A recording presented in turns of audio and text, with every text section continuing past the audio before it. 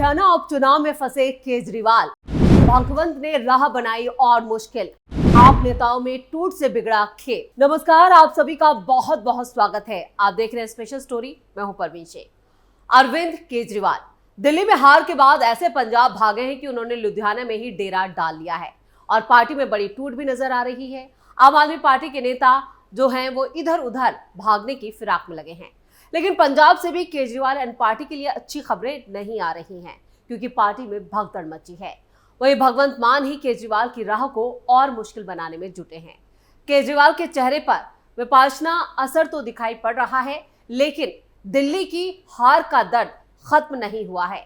दिल्ली का दर्द खत्म भी कैसे हो सकता है? जख्म तो अभी बिल्कुल हरे हैं और जब तक कोई चुनावी जीत नहीं मिलती, कहां कुछ बदलने वाला है। लुधियाना पश्चिम सीट पर उपचुनाव कब होंगे?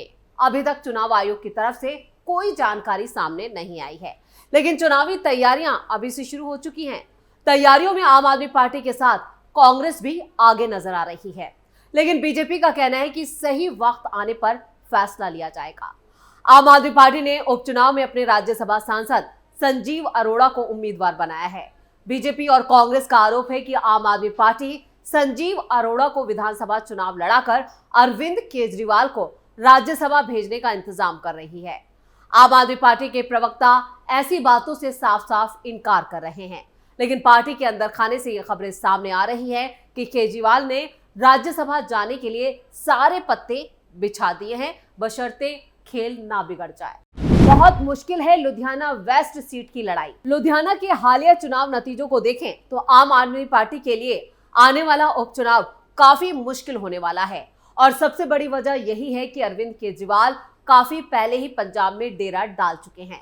लुधियाना पश्चिम विधानसभा सीट आम आदमी पार्टी के विधायक रहे गुरप्रीत गोगी की मौत हो जाने के कारण खाली हुई है और उपचुनाव होना है। गलती से गोली चल जाने से गुरप्रीत गोगी की इसी साल जनवरी में उनका निधन हो गया था। लुधियाना में आम आदमी पार्टी के हालिया चुनावी प्रदर्शनों की बात करें तो आगे की राह काफी मुश्किल लगती है। 2024 लोकसभा चुनाव में आम आदमी पार्टी के उम्मीदवार अशोक पराशर तीसरे पायदान पर पहुंच गए थे। लुधियाना सीट पर कांग्रेस के अमरिंदर सिंह राजा वडिंग ने बीजेपी के रवनीत सिंह बिट्टू को हराया था। सबसे पहले तो आपको बता दें कि लुधियाना की 9 विधानसभा सीटों में से किसी पर भी आप नंबर 1 की पोजीशन पर नहीं दिखाई देगी।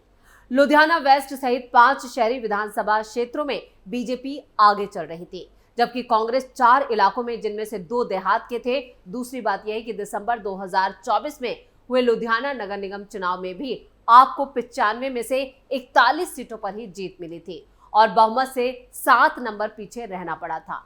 मुश्किल ये रही है कि 2 आप विधायकों की पत्नियों को भी हार का मुंह देखना पड़ा था।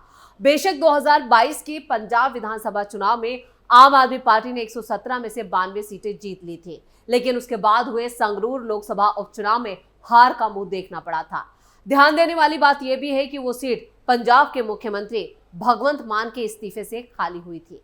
दिसंबर 2024 में भी आम आदमी पार्टी को बरनाला विधानसभा उपचुनाव में हार का मुंह देखना पड़ा था। लुधियाना की लड़ाई आम आदमी पार्टी के लिए इसलिए भी मुश्किल हो गई है क्योंकि कांग्रेस की तरफ से पूर्व मंत्री भारत भूषण आशु भी मैदान में उतर चुके हैं।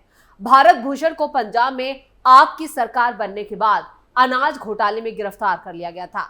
भारत भूषण को 2 साल जेल में बिताने पड़े थे और दिसंबर 2024 में हाईकोर्ट से उनके खिलाफ दर्ज एफआईआर रद्द कर दिए जाने के बाद वो जेल से बाहर आ पाए।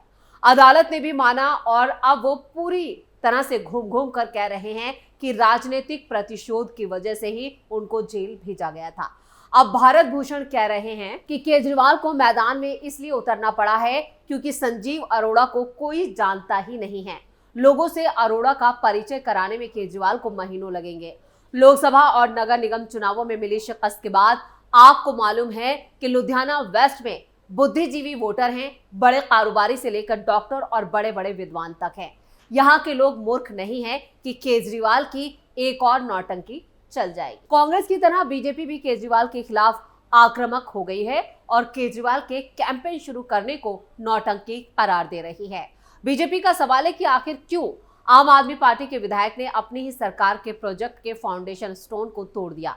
बीजेपी की तरफ से आप विधायक रहे गुरप्रीत गोगी के अपनी ही सरकार के खिलाफ देखे गए हमलावर रुख को भी याद दिलाने की कोशिश हो रही है। दिल्ली की बीजेपी सरकार में मंत्री मनजिंदर सिंह सिरसा तो पहले से ही कहते आ रहे हैं कि मैं लुधियाना के लोगों से अपील करता हूं कि अरोड़ा को छोड़कर वो जिसे भी चाहे वोट दे दे, लेकिन आपको वोट ना दे। केजरीवाल के लिए लुधियाना उपचुनाव क्यों खास? पहली बात तो लुधियाना उपचुनाव की जीत अरविंद केजरीवाल के लिए दिल्ली की हार पर मरहम की तरह होगी, लेकिन अगर संजीव अरोड़ा चुनाव हार गए तो सारा खेल बिगड़ जाएगा।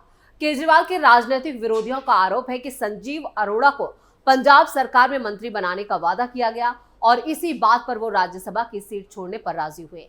बीजेपी और कांग्रेस का आरोप है कि लुधियाना उपचुनाव के जरिए अरविंद केजरीवाल के राज्यसभा जाने का रास्ता बनाया जा रहा है। लुधियाना में आपकी हार हुई तो ये प्लान भी फेल हो जाएगा। ऐसे में केजरीवाल खुद अब चुनाव प्रचार में जुट गए हैं। इसी कड़ी में केजरीवाल ने नशा मुक्त अभियान को लेकर कई बड़े बयान दिए। आम आदमी पार्टी के राष्ट्रीय संयोजक अरविंद केजरीवाल ने पंजाब की लुधियाना में जनता को संबोधित करते हुए कई बड़े वादे किए। उन्होंने कहा, हम पंजाब के हर गांव में जिम बनवाएंगे ताकि युवा अपने स्वास्थ्य पर ध्यान दे सकें और नशे की लत से उबर सके। नशे से बाहर निकलकर वो जिम जाएं, खेल खेलें और अपना समय अच्छे से बिताएं। पंजाब पुलिस नशे के खिलाफ लड़ाई में अपना काम कर रही है, लेकिन जनता का समर्थन भी जरूरी है। केजरीवाल की ये बयानबाजी और वादे करना कोई नई बात नहीं है, दिल्ली वालों ने खूब देखी है, क्योंकि केजरीवाल साहब दिल्ली को लूटने के बाद अब पंजाब को चूना लगा रहे हैं। इस बीच केजरीवाल का एक और वीडियो सोशल मीडिया पर तेजी से वायरल हो रहा है, जिसमें साफ नजर आ रहा है कि कैसे केजरीवाल पंजाब में भगवंत मान की जमीन खिसका रहे हैं। इस वीडियो में साफ देखा जा सकता है कि कैसे केजरीवाल ने बता दिया कि सत्ता के लिए वो कुछ भी कर सकते हैं। इस वीडियो को देखिए कि भगवंत मान बस नाम के मुख्यमंत्री हैं। दिल्ली छोड़ अब पंजाब में महीनों से डेरा डाले केजरीवाल सत्ता का मोह नहीं छोड़ पा रहे हैं। इस वीडियो में पंजाब के स्वास्थ्य मंत्री को भी देखिए, वो भगवंत मान को नजरअंदाज करके केजरीवाल को रिपोर्ट कर रहे हैं।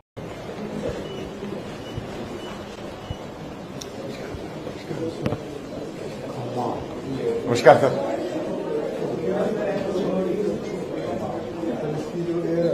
every 6 minutes total air change हो जाएगी। There will be positive pressure और जो फ्लोरिंग रूम है इसके बैक्टीरिया वायरस सब मर जाएंगे।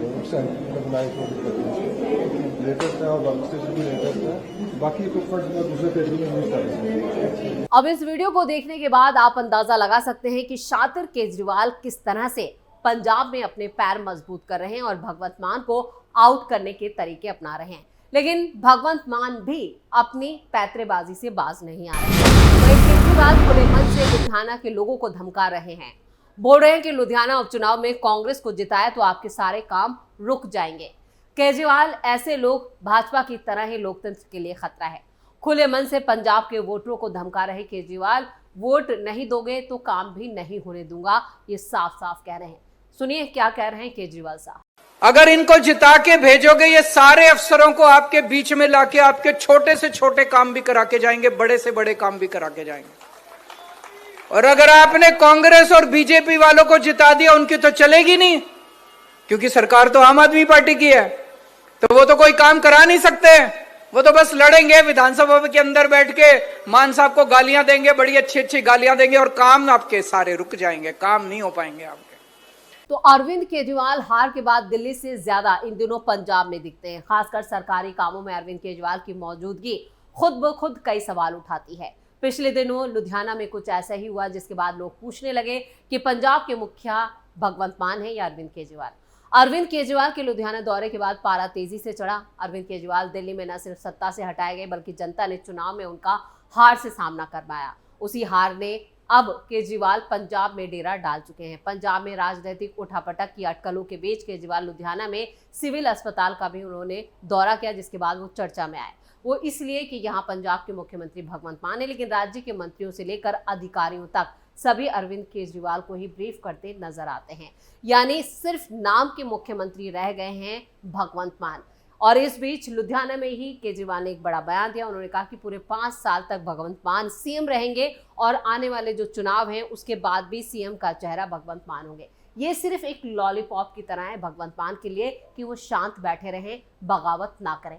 लेकिन भगवंत मान भी जान चुके हैं कि केजरीवाल कौन सी चिड़िया को दाना डाल रहे हैं। वो जानते हैं कि उनकी जमीन खिसकाई जा रही है, वो सिर्फ नाम के सीएम रह चुके हैं, क्योंकि जो वीडियो आ रहे हैं उसके बाद भगवंत मान ने भी अपनी सियासी गोटियां बिठानी शुरू कर दी हैं। ऐसे में कभी भी भगवंत मान भी हत्थे से उखड़ सकते हैं और केजरीवाल के लिए पूरी बाजी जो है वो पलट जाएगी। और लुधियाना वेस्ट की सीट पर जो उपचुनाव हो रहा है उसमें केजरीवाल की राह अभी और मुश्किल होने वाली ही है। यहाँ पर जीतने के जो चांसेस हैं वो ना के बराबर नजर आ रहे हैं।